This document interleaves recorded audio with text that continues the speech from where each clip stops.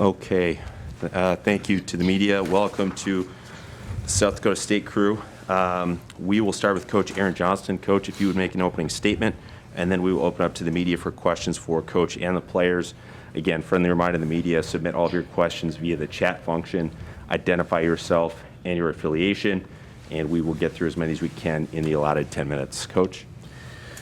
Well, congratulations to Omaha. I thought they played well. They had a really good defensive plan, made things hard for us where we like to score and where we need to be effective in and around the paint. I think they're a really good team. I think I've said that throughout the year. They just have not been, healthy. They haven't had that lineup together, I'm sure, as much as they would hope. When you see that lineup out there, that's a pretty good team, I think. And their size, I thought, really caused us a lot of problems in and around the basket.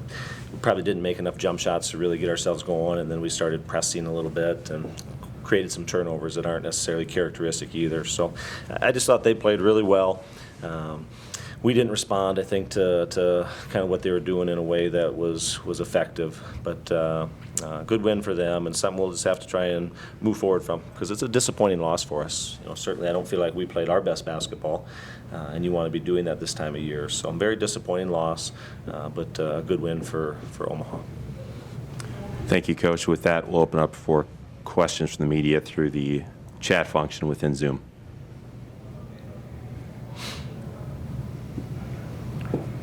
First question is for Tylee, and it comes from Matt Zimmer from the Argus Leader.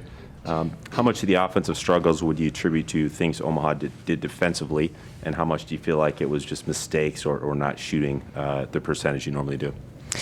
Yeah, credit to Omaha's defense. They definitely, had a really good plan, and they executed it very well. But I think uncharacteristic for us, but once we didn't see those shots falling, we kind of weren't able to get back into our system, and I don't, necessarily know a reason for that, but it was really disappointing for us, especially offensively.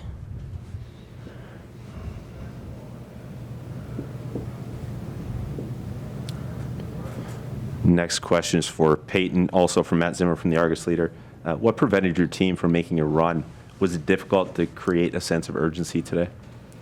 I would have to say Omaha was just on top of it. They were really aggressive, and they made a lot of things difficult for us, which it's hard to play against the team that's really aggressive when you're not necessarily making shots all the time or making the defensive plays that you would like to. So, yeah, I guess.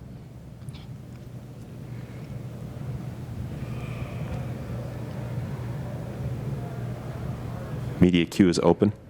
Another one from Matt Zimmer for both players. We'll start with Tylee. How strange or different was the atmosphere, and did you feel like having not really any fans in the building have an effect on things? Yeah, it was different in regards to a Summit League tournament, but I think we've also felt that sort of atmosphere at other times during the season. So it was different, but compared to the rest of the games this season, it wasn't anything too noticeable. Paiton, same question for you. Same as Tylee said. We've played in atmospheres where there's been no fans to a couple hundred. Definitely different than Summit League tournaments in the past, but nothing we were not used to it from the season.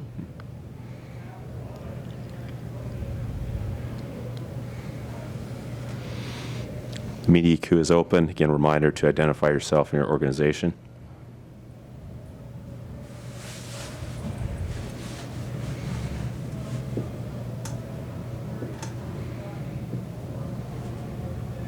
Last call for questions from the media for either Coach Aaron Johnston or the South Dakota State players.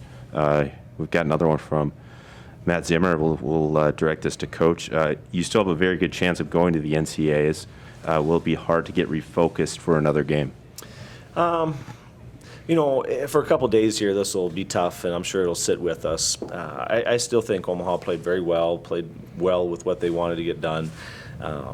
This game was not a good representation of who we are. We had more turnovers than field goals. That doesn't happen to us very often, and today it did. And so we've got to be able to kind of look at that and own that and figure out what went into that game happening. We played so well for so long. This was a clunker on our part, for lack of a better word. We had a good week. We were prepared. I thought team was focused in practice, is what I'm saying. I think we had a really good mindset. I don't think the atmosphere today, contributed to that. I just think things didn't go well for us, and we just weren't able to get out of that rut. And some of that's Omaha for sure, some of that's us. So how do you move forward from there? You just kind of go back to doing what we've been doing all year. That's been good enough. I don't know what our record is, but a lot, I guess I would say, plenty of times throughout the year, and we'll have to, support each other. The only thing I told the team afterwards, we've had adversity this year, not as many in the loss column, but just adversity throughout the year, and it's really important to support each other during, those times. It's easier to do that when you're winning. So now we have a situation where things didn't go well, and can we still be that connected team that we want to be, and I believe we will. And we'll take a couple days off just because it's been a long grind here. We'll get ourselves kind of refocused for what comes next. But yeah, I wholeheartedly believe we'll be able to approach the next challenge in a better mindset and hopefully have a better performance on the court. A couple more questions for Coach here. Coach from Matt Zimmer at the Argus Leader. Did Omaha's approach their approach or their game plan seem different from when you played them when Maya Selland was in the lineup? I thought it was really the same game. I think they scored 50 and like 52 or 54 down in Omaha. So from their style, I thought they played the exact same offensive game that they played there. Obviously, we were trying to foul late, which created some more offense for them. So I thought the plan was the same. We just probably weren't the same. And I don't mean that without Maya. I'm saying we weren't the same as we have been the last few weeks because other teams have played us in a similar way.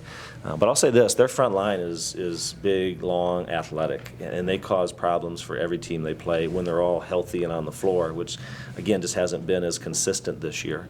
But that front line is, I think, as good and as talented as any in our league, quite honestly. So they're going to present problems for people that play the way we need to play. And, they won out today with that style. But I thought it was really similar to what we had down in Omaha. We were just a little bit better, a little sharper offensively down there. Coach, question from Sean Botter of Kellerland. How did you think Tori Nelson looked out there returning from a few games out with injury? She had a pretty good week of practice considering the injury. She wasn't 100%, but she wasn't 50% either. Certainly it was Tori's choice, and she had a lot of support from our sports medicine people, working together to get there, and she felt comfortable playing. I thought Tori, and I thought we had some others too, just probably pressed a little too much. Tried to do a little bit too much maybe individually against that lineup, and where we probably really needed to get a little bit better ball movement, a little more player movement, a little more patience. Coming back from an injury, I know she wanted to be a spark, and I'm just really proud of how hard she worked this week to get herself back in the lineup, because it would have been easy just to say, hey, listen, I'm not going to do it. So certainly wasn't the game she wanted to play, but on the other side of it, it's a huge victory that she even, put herself in a position to be on the floor after that injury too. We've got time for probably one more question for the South State group here, if anyone from the media would like to jump in.